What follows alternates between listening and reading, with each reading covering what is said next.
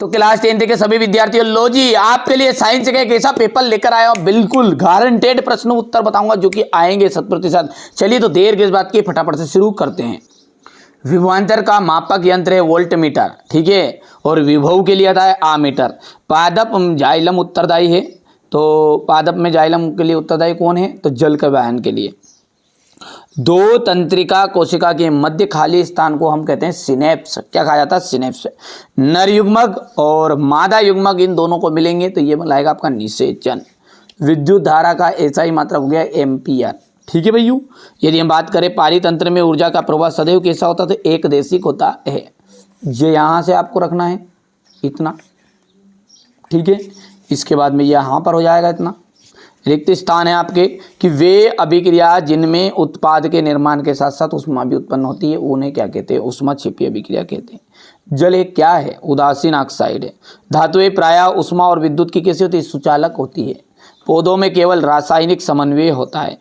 मादा और गर्भस्थ शिशु के बीच जैविक संबंध स्थापित करने वाले ऊतक प्लेसेंटा कहलाता है। मेंडल ने वंशानुगति के नियमों का प्रतिपादन किया। हो गया इतना। इसके बाद में ये आपका यहां तक कर लोगे कंप्लीट। विद्युत की सुचालक आधातु का नाम बताना है। देखिए आधातु पूछा है, धातु नहीं पूछा है ना। तो ऐसी विद्युत की सुचालक आधातु है आपकी ग्रेफाइट। क्या है, ग्रेफाइट। दूसरा है आपका रक्त का थक्का बनना। रक्त का थक्का बनना, ये किसके लिए कौन उत्तरदायी होता है, प्लेटलेट्स इसका उत्तरदायी होता है। स्वपरागन हमारा द्विलिंगी पुष्पों में ही होता है, एक लिंगी पुष्पों में पर परागन होता है। लिंग गुणसूत्र, लिंग गुणसूत्र जो है लिंग निर्धारण के लिए उत्तरदायी होते हैं। उत्तल दर्पण, उत्तल दर्पण पश्य दृश्य दर्पण के रूप में जिसको वरीयता मिलती है। जरा दूरदर्शिता द्विफोक्सी लेंस। हो गया इतना। चलिए तो आगे बढ़ते हैं और अगला देखिए यहां से, ठीक है भैया। आप तो बढ़िया से कंप्लीट करना, अच्छे से तैयारी करना है ना भैया। चलिए आगे बढ़ते हैं और अब है आपका एक वाक्य में उत्तर। जब किसी यौगिक से ऑक्सीजन संयुक्त होती है तब वहां अभिक्रिया क्या कहलाती है, ग्रेफाइट। सॉरी, जब कोई यौगिक से ऑक्सीजन संयुक्त होगी तो उसे हम कहेंगे अपचयन। और उपचयन कैसे कहेंगे, जब ऑक्सीजन का ह्रास, ऑक्सीजन का ह्रास जब होगा ना तो वो उपचयन कहलाएगी।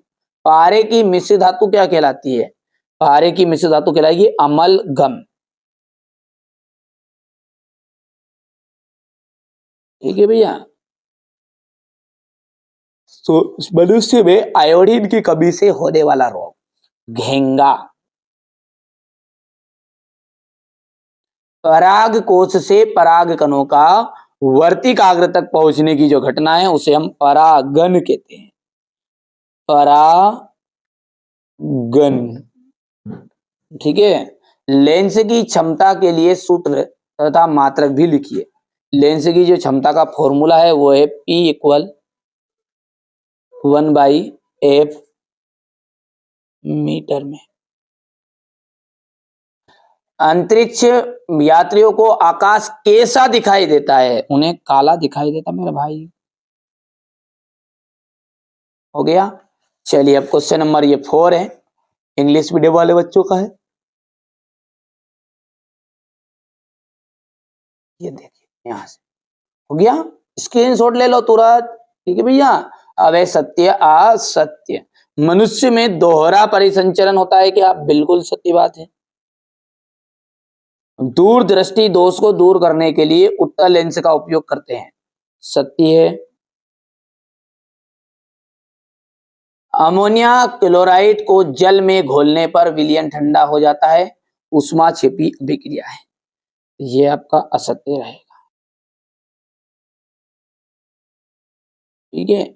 घरेलू घरेलू परिपथ में प्रत्यावर्ती धारा प्रवाहित जो धारा है वो प्रत्यावर्ती धारा होती नहीं, वो होती है दिष्ट धारा, उसे अपन डीसी करंट कहते हैं। तो ये आपका चौथा जो है ये आपका असत्य रहेगा। लिटमस, लिटमस एक प्राकृतिक सूचक अम्ल क्षार है। तो ये आपका लिटमस जो है ना वो क्या है आपका सत्य बात है।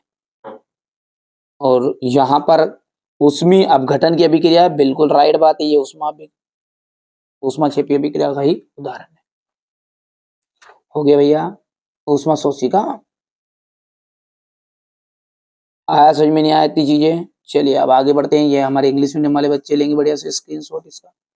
अब क्वेश्चन नंबर जो आपका 6 है, यहां से आपके 2-2 नंबर के क्वेश्चन शुरू होंगे और ये क्वेश्चन का सॉल्यूशन मैं आपको अगले वीडियो में दूंगा, क्योंकि कल तक बच्चे कोचिंग में है ना। देखिए ये कोचिंग है अपनी, इसका रिजल्ट देख लीजिएगा, गए साल का रिजल्ट है। आप यदि चाहते हो कि ऐसे ही आपको नंबर आए तो जो बता रहा हूं ना उसको आप कंप्लीट करो। ABCDEF 6 पेपर आपको दे रहा हूं। मेरी इच्छा ये है कि अब की बार 90 के पार, ठीक है।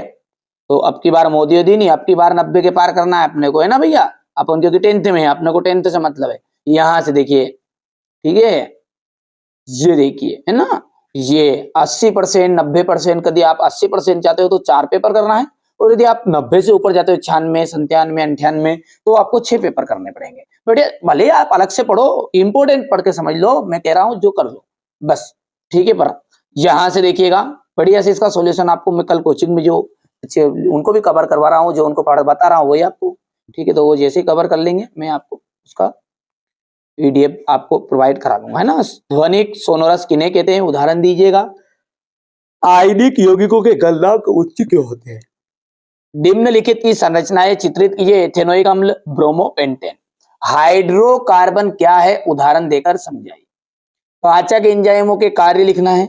हमारे शरीर में वसा का पाचन कैसे होता है और यहाँ प्रक्रम कहाँ होता है। चलिए आगे बढ़ते हैं और क्वेश्चन नंबर 10 को देखते हैं। आलैंगिक जनन किसे कहते हैं? कुछ पौधों को उगाने के लिए कायिक प्रवर्धन का उपयोग किया जाता है, क्यों? आनुवांशिक विभिन्नता है किसे कहते हैं? मेंडल का पृथक्करण का नियम आपको बताना है, ठीक है। 2 मीटर फोकस दूरी वाले अवतल लेंस की क्षमता ज्ञात कीजिए। हीरे का अपवर्तनांक 2.42 है। इस कथन से का क्या अभिप्राय है? अवतल दर्पण की मुख्य फोकस की परिभाषा आपको बतानी है। परावर्तन के नियम आपको बताने हैं। चालक के प्रतिरोध को प्रभावित करने वाले 2 कारकों के नाम बताइए, ठीक है। ओम के नियम को समझाइए, हो गया। इसके बाद में है यहां से फ्लेमिंग के वाम हस्त के नियम को लिखना है।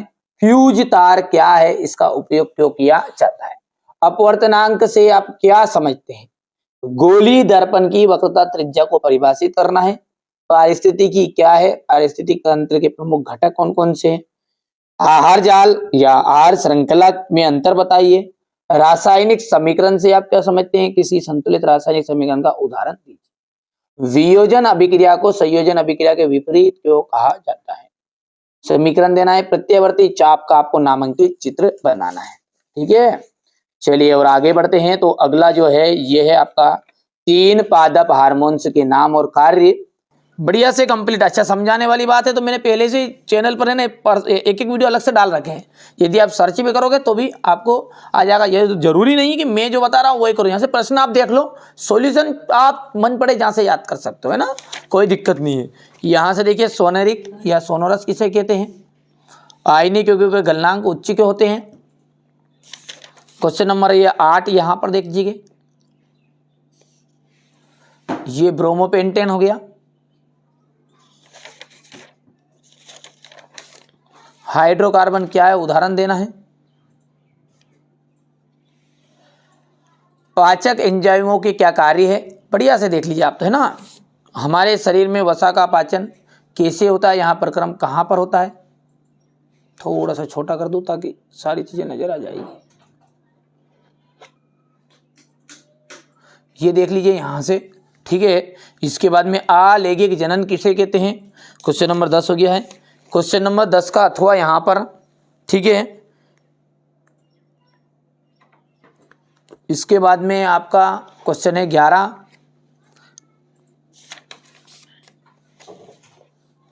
यहां से हो गया है। इसके बाद में ये आपका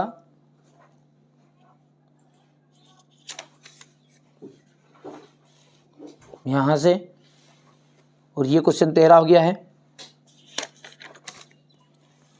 परावर्तन के नियम, ये सारी चीजें मैंने पहले भी बता दी है, और जरूरी नहीं कि मैंने बताया ना मेरे पास से ही पढ़ो, प्रश्न देख लो, सॉल्यूशन कहीं से भी कर सकते हो, क्योंकि समय कम है ना। और आपको अच्छे नंबर यदि वास्तव में लाना है, 22 तारीख के दिन आपका पेपर रहेगा, ये एमपी बोर्ड में ना भैया।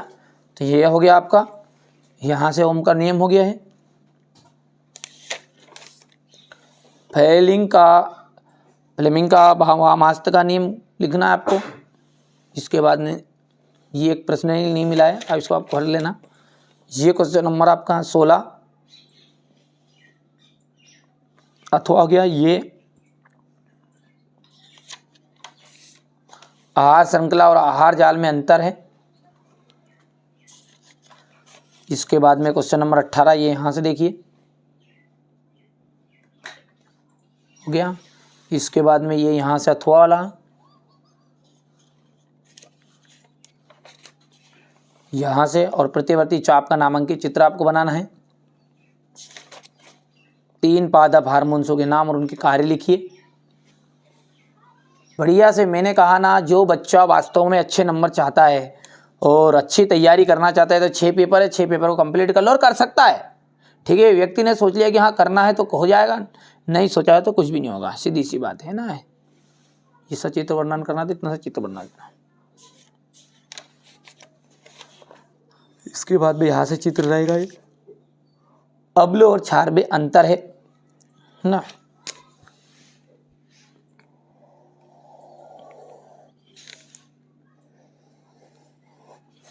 ये हो गया अम्ल और क्षार में अंतर।